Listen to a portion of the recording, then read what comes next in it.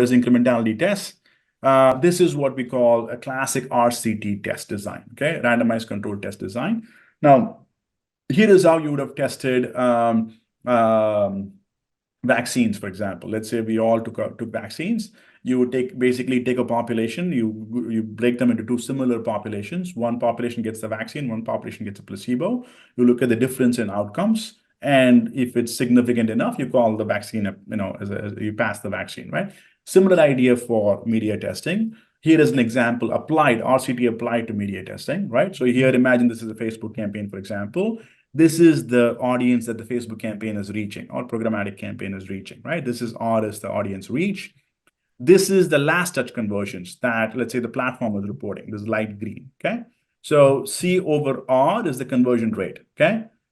This is reach. So the total conversions divided by the total reach is the conversion rate. This you probably can calculate today or estimate today using regular last click reporting, platform reporting coming out of the platforms, okay?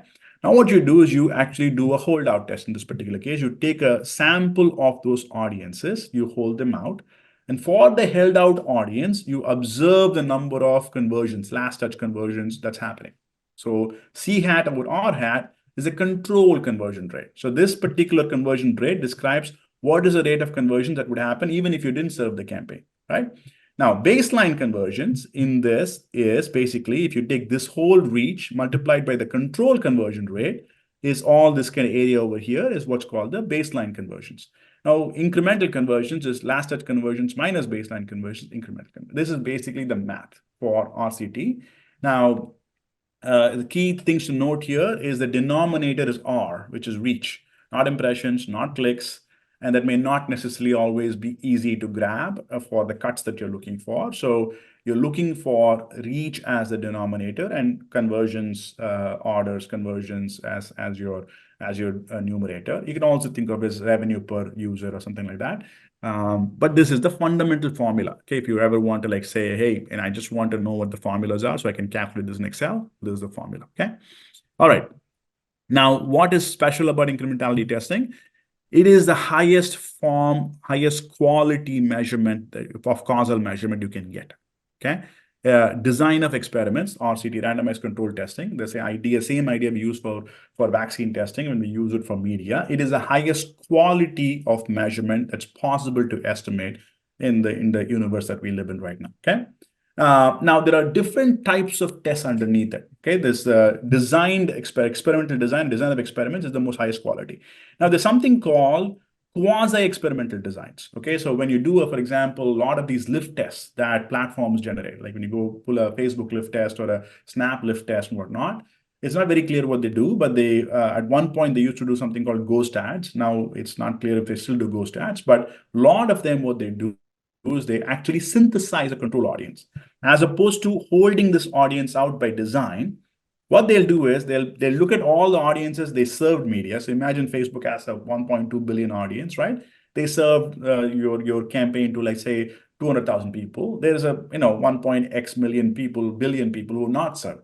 In that 1.x billion, they will go and synthesize a control audience that looks like the exposed audience. Then they will look at the conversion rate on the synthesized audience and then give you a read on the lift, okay? That is what's called quasi-experimental design, okay? Or it's sometimes quasi-experimental design, or it's sometimes called synthetic control experiments. So it is not a designed test. It is kind of a synthesized control or a quasi-control test, which is still valuable. It's not valuable. It's still not a design test. So you just want to keep the quality is lower when you get the reads, okay?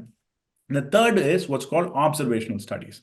Observational studies is you look back, you ran the campaign. This is very often you do this with respect to house files or CRM testing. You ran a campaign. You're like, I don't know. I want to understand the lift, but I didn't design a test. I didn't do anything. So what I'm going to do is I'm going to take all the audiences that did not get served, treat them as like control, like geographies, for example. You take all the markets that did not, all the zip codes that did not receive an impression, call them as a natural control. All the zip codes that actually got exposed as actually test, and then calculate the conversion rates and calculate a lift. This is what's called an observational design, which is or a natural experiment. Whatever you run the campaign, it just runs with some sparsity, and you read the sparsity as though it's a test, and that's what's called a natural experiment. Okay, these are different quality reads. The natural experiment is the lowest quality read.